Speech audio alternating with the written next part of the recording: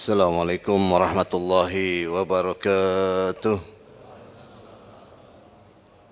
Alhamdulillahi rabbil alamin wa bihi nasta'inu ala umuri dunya waddin. Wassalatu wassalamu ala rasulillahi sayyidil mursalin nabiyina Muhammadin wa ala alihi wa ashabihi ajma'in.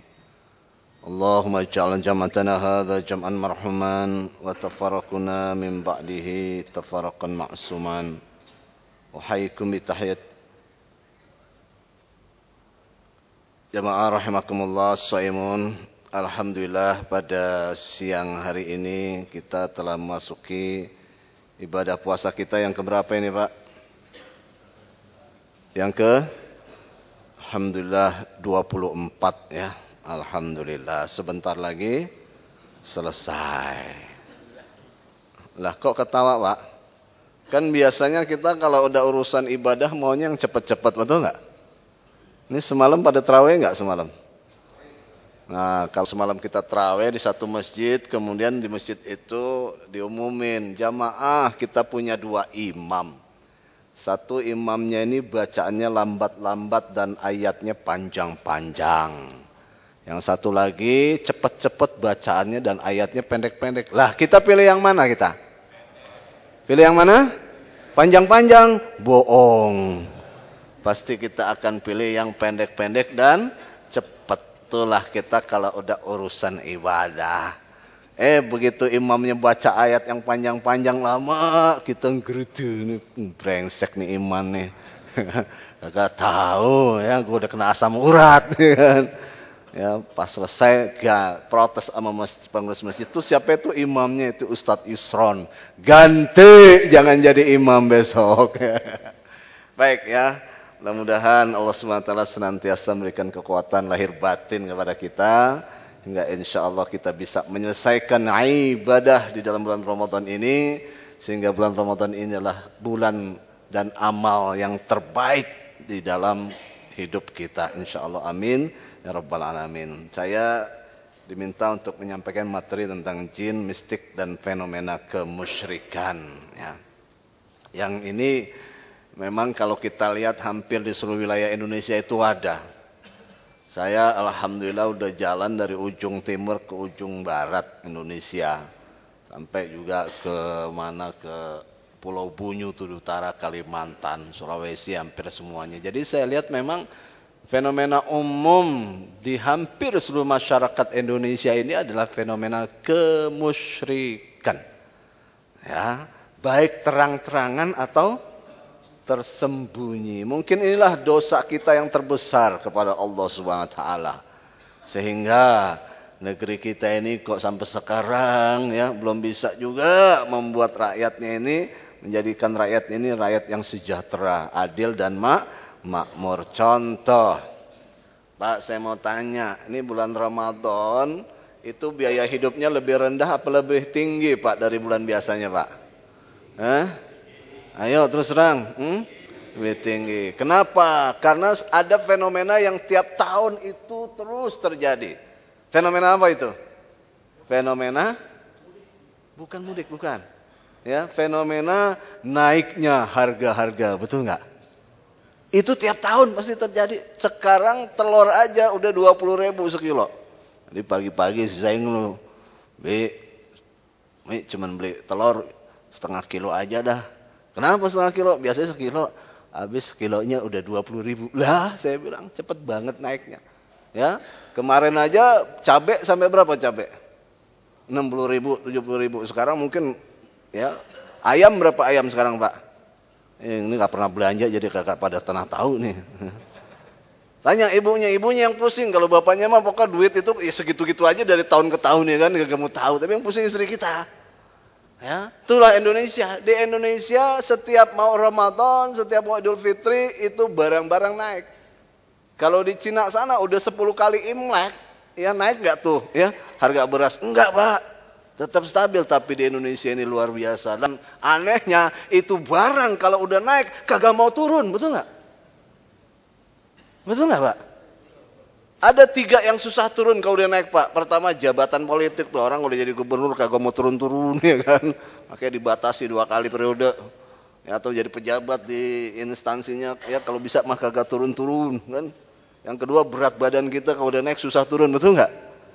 Ya, alhamdulillah di bulan Ramadan udah pada turun apa malah tambah naik ini badannya nih.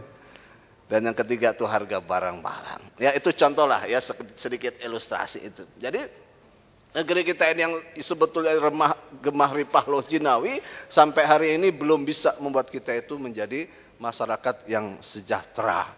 Ya, sebagian besar dari kita itu hidup justru masih di bawah garis kemiskinan. Baik ya, kita tidak perpanjang itu, tapi kita lihat tentang materi kita ya, tentang jin, mistik dan fenomena kemusyrikan. Kita lihat dulu ya definisi jin. Oh, ini kok berubah ini?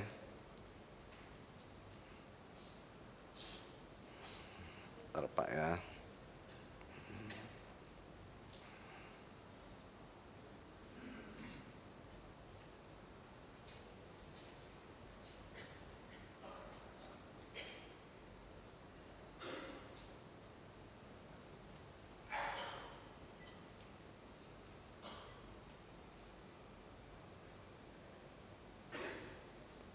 Baik, kita lihat dulu ini tentang pengertian dari jin ya. Jin secara bahasa itu artinya adalah istataro anil uyun, sesuatu yang tertutup dari pandangan mata. Oleh karena itu dia sesuatu yang gaib.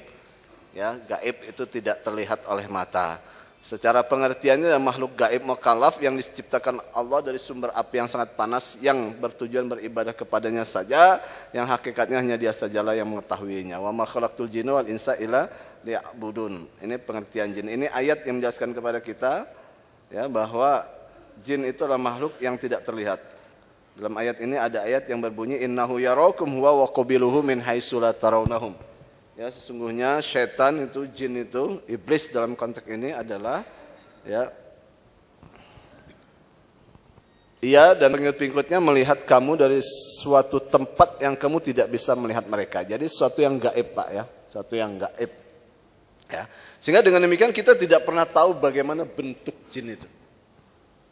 Ya, tidak pernah tahu bagaimana bentuk. Cuman nanti hal yang menyebabkan munculnya mitos itu justru pada aspek ini, Pak. Pada aspek tentang wujud daripada jin dan setan ya, nanti kita akan bahas itu. Nah, perbedaannya dengan manusia ini dia. Ya, kalau jin itu dari api, dia gaib, nenek moyangnya iblis. Kalau manusia itu dari tanah nyata dan nenek moyangnya adalah Adam. Ini perbedaannya. Selebihnya sama dengan kita, Pak ya. Jadi cuma pada bahan dasarnya, performennya dan nenek moyangnya. Bahan dasar jin itu api, bahan dasar manusia itu adalah tanah. Kemudian performan jin itu gaib, tidak terlihat. Performan kita kelihatan, real, konkret. Nenek moyang iblis, nenek moyang jin itu adalah iblis, nenek moyang manusia itu Adam. Selebihnya sama dengan kita. Itu makhluk jin, kan? Ini ayat yang menjelaskan kepada kita tentang bagaimana iblis ya berubah menjadi syaitan, ya, dan dia adalah dari bangsa jin. Afatattakhidunahu wa dzurriyyatahu awliya min dunihi wa hum lakum adun. Tapi dalam ayat sebelumnya dikatakan wa kana minal jin ya. Illa iblis kana minal jin. Baik, ya. Nah, jadi dengan demikian manusia itu tidak bisa, Pak, melihat jin secara langsung bagaimana gaib ya. Karena dia gaib Allah tutup. Rasulullah SAW saja tutup masalah ini. Jadi dalam satu kesempatan Rasulullah SAW itu sholat berjamaah. Di luar konteks berjamaah tiba-tiba Rasulullah itu berucap a'udzubillahi minka 3 kali. Kemudian mengatakan al'anuka bila'natillahi azza wa jalla 3 kali. Dan tiba-tiba tangan Rasulullah itu tidak menggapai sesuatu tapi enggak jadi. Selesai sholat ada sahabat yang bernama Abu Darda. Kemudian bertanya kepada Rasulullah, ya Rasulullah kok engkau tadi sholat begini begitu? Iya, kata Nabi, waktu tadi saya sholat itu datang jin ifrit hendak melemparku dengan bola api. Maka aku mengatakan a'udzubillahi minka, aku berlindung kepada Allah dari engkau 3 kali aku katakan. Dan aku laknat dia 3 kali. Al'anuka bil'anatillahi azza wa jalla 3 kali. Ya. Dan aku tidak tangkap itu jin tersebut. Tetapi tiba-tiba aku teringat doanya Nabi Sulaiman. Di dalam Al-Quran ada doa Nabi Sulaiman yang mengatakan, ya Rabbku, Rabbi habli mulkan layam bagi, ya mimba'di. Ahadan mimba'di, ya Rabbku, ya Allah berikanlah aku kerajaan yang tidak akan engkau berikan kepada seorang pun setelah aku. ya, tuh kerajaan Nabi Sulaiman. Jadi kerajaan yang terhebat di atas muka bumi ini sebetulnya kerajaan Nabi Sulaiman. Kenapa? Karena Nabi Sulaiman diberi hak prerogatif oleh Allah menundukkan bangsa jin dan syaitan untuk bekerja kepadanya. Jadi syaitan itu di dalam Al-Quran, jin itu dalam Al-Quran oleh Nabi Sulaiman dengan izin Allah dipekerjakan. Ada yang mengambil mutiara di dalam laut, ya, ada yang membangun istana, membuat apa wajan-wajan, piring-piring besar dan sebagainya. Itu hak prerogatif Nabi Sulaiman yang Allah berikan kepadanya. Ya, itulah yang diingat oleh Rasulullah sehingga Rasulullah mengatakan kalaulah aku tidak ingat doanya Nabi Sulaiman, niscaya jin ifrit itu sudah aku tangkap, aku ikat di tiang masjid yang akan dipermainkan oleh anak-anak kalian di pagi dan sore hari. Ya, jadi Rasulullah sendiri itu menutup dunia ini. Rasulullah sendiri tidak memberikan kesempatan kepada kita untuk intervensi jauh mendalam ke dalam dunia jin. Karena itu saya paling tidak setuju kalau ada orang ya itu yang disebut sebagai pakar jin, jinologi. Ya, kan ada tuh orang ya menamakan gitu, itu ahli jin, jinologi ya. Itu amat keliru. Kenapa? Karena terbatas Pak, informasi tentang dunia gaib dalam Al-Qur'an itu ada, tetapi terbatas. Ya. Intinya adalah kita percaya kemudian kita tidak intervensi ke dalam sana. Tuh. Mitos kemusyrikan yang muncul itu tatkala orang mencoba-coba intervensi ke dunia itu, Pak. Ketika orang sudah masuk intervensi ke dunia itu, bukannya dia mengetahui yang sesungguhnya, justru dia akan disesatkan, dibelokkan oleh setan-setan tersebut. Contoh nih, ya orang karena punya ilmu, ya, punya ilmu. Sebentar-bentar dia sensitif tuh terhadap dunia begitu tuh. Dia bertamu di rumah temannya, begitu bertamu, ya Pak, kayak di rumah bapak nih ada penghuninya nih. Nah, ya memang ada penghuninya, saya penghuninya. Ya kan? Oh bukan itu Pak. Nah itu kan membuat orang jadi grogi kan. Kalau orang itu nggak punya iman, apa Pak? Wah ini menurut ya indra saya, indra keenam saya, feeling saya. Di rumah bapak tuh di pojok ada gondorwonya. Wah orang makin takut aja ya kan. Akhirnya apa? Tolong diusir. Ya saya bisa mengusir. Maka diusir dengan cara-cara yang bisa jadi cara pengusirannya itu tidak sesuai dengan syariah. Tuh. Ya, tuh kita lihat. Jadi ketika manusia masuk ke dunia itu tanpa dibekali oleh pemahaman yang sesuai dengan Quran dan Sunnah, ya, maka dia bisa jadi akan disesatkan oleh setan itu sendiri. Dan itulah, kalaupun kita membahas tema-tema begini itu sebatas untuk memperkuat akidah kita, sebatas untuk meluruskan akidah kita, dan jangan coba-coba lebih jauh daripada itu. Karena nanti bisa jadi kita yang akan disesatkan. Nah karenanya ya dalam hal ini kita lihat tidak ada seorang pun yang bisa melihat makhluk ini ya. Sehingga para ulama mengatakan hukum ya orang yang mengaku-ngaku melihat jin ya itu adalah kalau menurut Imam Syafi'i sudah batal syahadatnya, kalau Imam Ghazali mengatakan ulang lagi syahadatnya. Ya Pak ya. Baik, kemudian kita lihat nih karakteristik jin sama dengan manusia.